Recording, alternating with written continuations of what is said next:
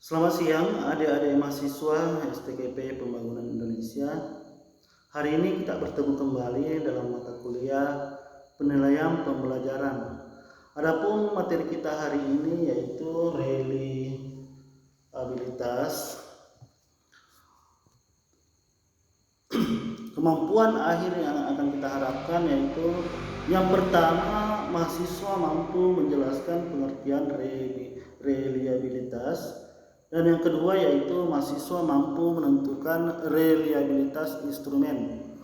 Baik adik-adik mahasiswa, adapun pengertian reliabilitas yaitu banyak ahli yang menjelaskan bahwa pengertian reliabilitas diantaranya Wiersma tahun 1986. Beliau mengatakan bahwa reliabilitas adalah konsistensi dari suatu instrumen untuk mengukur sesuatu yang hendak diukur. Kemudian Gronlund tahun 1982 beliau juga menyatakan bahwa reliabilitas adalah konsistensi skor instrumen, yaitu seberapa jauh konsistensi skor itu dari suatu pengukuran ke pengukuran yang lain. Reliabilitas adalah koefisien yang menunjukkan sejauh mana suatu instrumen atau alat ukur dapat dipercaya. Artinya apabila suatu instrumen digunakan berulang-ulang untuk mengukur sesuatu yang sama, maka hasilnya relatif stabil atau konsisten. Itu dijelaskan oleh Kumaidi tahun 2012. Instrumen yang valid pasti reliable, namun instrumen yang reliable belum tentu valid. Selanjutnya kita masuk ke penentuan reliabilitas instrumen. Reliabilitas atau alat ukur yang juga menunjukkan derajat kekeliruan mengukur tidak dapat ditentukan dengan pasti, melainkan hanya dapat diestimasi. Estimasi reliabilitas alat ukur dapat dicapai dengan menggunakan 3 metode. Ya, di sini bisa dilihat ada 3 metode yang bisa digunakan, yaitu metode reverse atau tes ulang, kemudian ada metode bentuk paralel atau parallel form, kemudian yang ketiga yaitu metode konsistensi internal, di mana metode yang terakhir ini adalah metode yang paling banyak menggunakan rumus. Rumus yang biasa digunakan yaitu Spearman-Brown, Alpha Krombeck, kemudian ada Kuder-Risson 20. Baik, kita jelaskan yang pertama yaitu metode tes ulang. Kuesioner yang sama dibagi kepada responden yang sama pada waktu yang berbeda dan dilaksanakan 2 kali. Korelasi skor yang didapat dari pelaksanaan pengujian pemberian instrumen yang pertama dan kedua menunjukkan besarnya koefisien reliabilitas instrumen tersebut. Misalnya, pada minggu pertama atau minggu ke-1 dinyatakan bagaimana tanggapan saudara terhadap kualitas dosen di Universitas X. Kemudian pada minggu ketiga dinyatakan bagaimana tanggapan saudara terhadap kualitas dosen di Universitas X. Untuk menghitung besarnya koefisien reliabilitas dari metode estimasi tes ulang ini adalah dengan menghitung korelasi dari skor pelaksanaan instrumen yang pertama dan kedua dengan rumus korelasi produk momen atau person apabila suatu instrumen pertama diujikan pada kelompok sampel dan hasil skornya diberi notasi X. Selama beberapa waktu instrumen tersebut diujikan kembali pada kelompok sampel tersebut dan hasilnya diberi notasi Y. Kita lihat pada rumus. Kemudian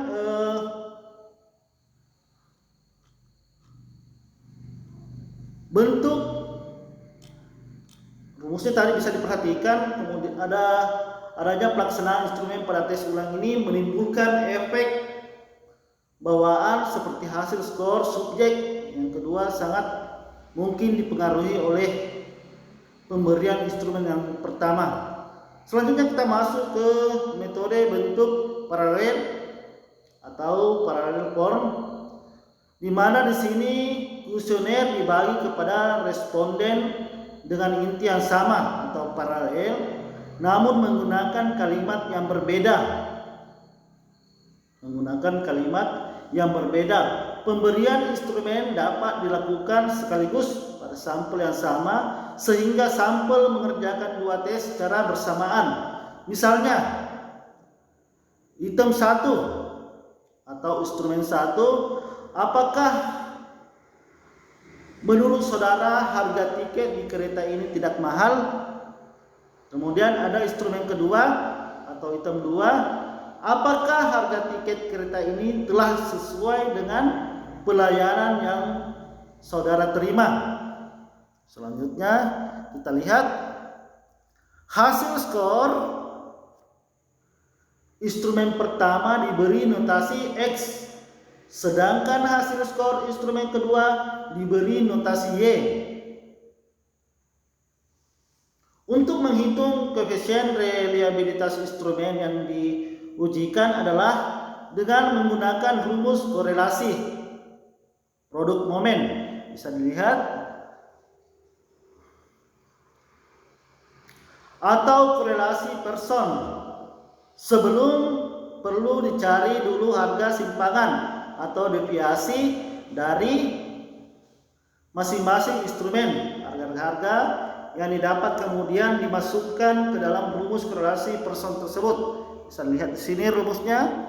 Keterangan ada X, selisih skor instrumen ke-1 dan rata-ratanya. Kemudian Y, selisih skor instrumen paralel dan rata-ratanya. S kuadrat, selisih skor instrumen ke-1 dan rata-ratanya dikuadratkan. Y kuadrat, selisih skor instrumen paralel dan rata-ratanya dikuadratkan. Jadi sini kesulitan yang biasa didapat, yaitu kesulitan utama dalam metode paralel ini adalah mendapatkan instrumen yang benar-benar paralel secara keseluruhan, sehingga diperlukan ketelitian dan harus mengkoreksi satu persatu setiap item instrumen.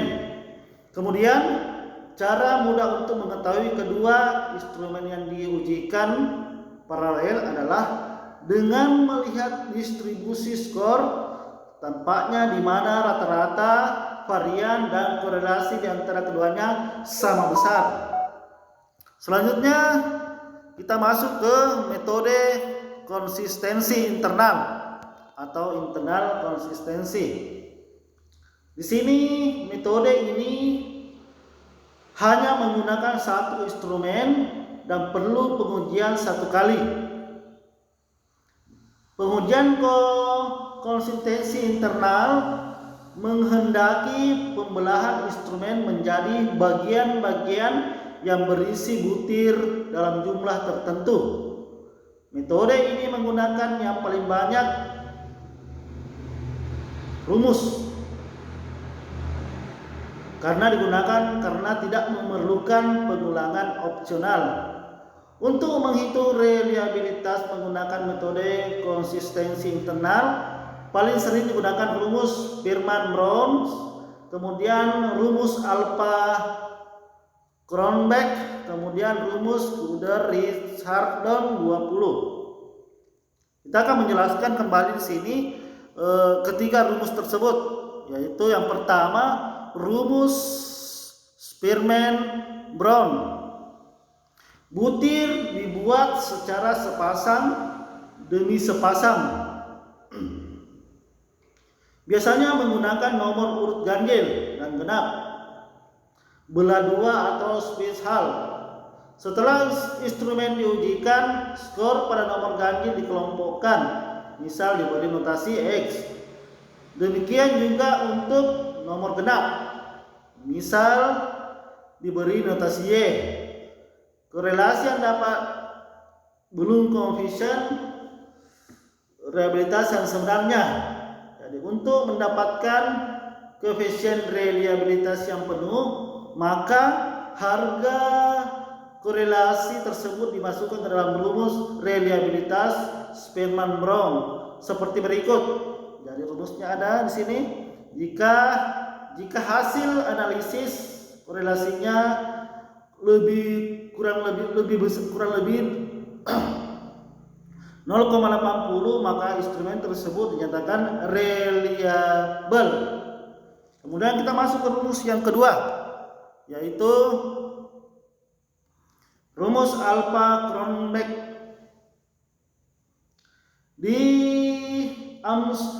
Diasumsikan semua butir setara, yaitu mengukur trade yang sama. Pembelahan dilakukan terhadap semua butir yang salah yang ada,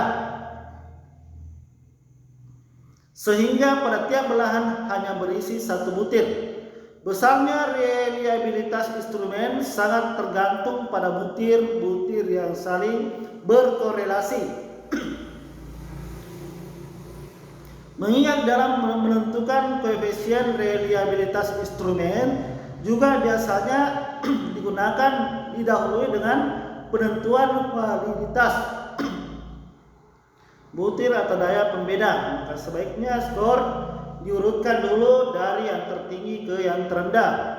Kemudian kelompok sampel dibagi menjadi dua, yaitu kelompok tinggi dan rendah. Kemudian dicari harga varian tiap butir dan varian totalnya menggunakan rumus varian berikut. Bisa dilihat keterangannya adalah N jumlah seluruh sampel, kemudian S1 kuadrat variasi butir ke-1 atau variasi butir I. Kemudian jumlah butir I, jumlah butir ke-1 I dikuadratkan. Kemudian ada varian skor total, jumlah skor total dikuadratkan. Bisa dilihat ada mahasiswa, harga varian butir dan varian total kemudian dimasukkan ke dalam rumus reliabilitas alpha Cronbach seperti berikut.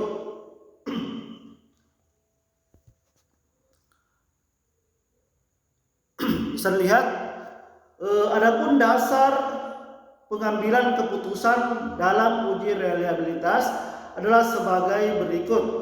Jika nilai A lebih besar dari 0,60, maka instrumen dinyatakan reliable. Jika A lebih kecil dari 0,60, maka instrumen dinyatakan tidak reliable. Selanjutnya, adik-adik mahasiswa bisa melihat rumus yang ketiga, yaitu rumus Richardson 20 atau KR20. Rumus KR20 pada prinsipnya adalah penjabaran dari rumus alpha Cronbach yang digunakan untuk jawaban salah atau benar dengan skor dikotomi.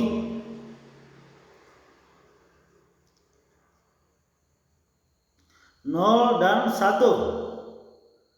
Semakin mendekati 1, maka butir semakin reliable. Pertama, perlu dibuat tabel analisis butir tanpa harus dikelompokkan nomor ganjil dan genap. Kemudian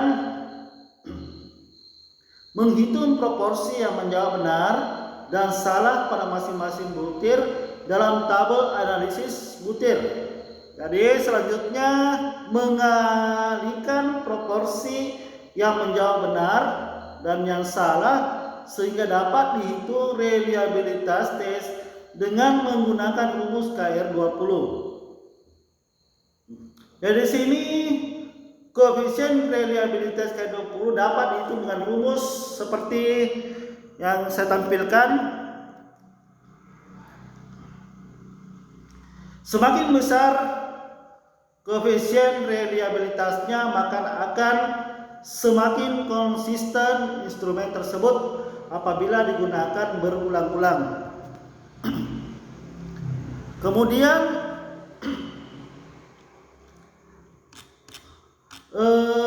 rumus simpangan baku atau standar deviasi bisa dilihat rumusnya. Kemudian ada keterangan standar deviasi simpangan baku, di mana semakin besar koefisien reliabilitasnya, maka akan semakin konsisten instrumen tersebut apabila digunakan berulang-ulang. Hubungan antara validitas dan reliabilitas dapat dilihat apabila dikatakan tidak valid atau not valid, not reliable, kemudian reliable not valid, kemudian reliable and valid. Di sini sudah jelas semua penjelasannya. Saya kira untuk mata kuliah kita hari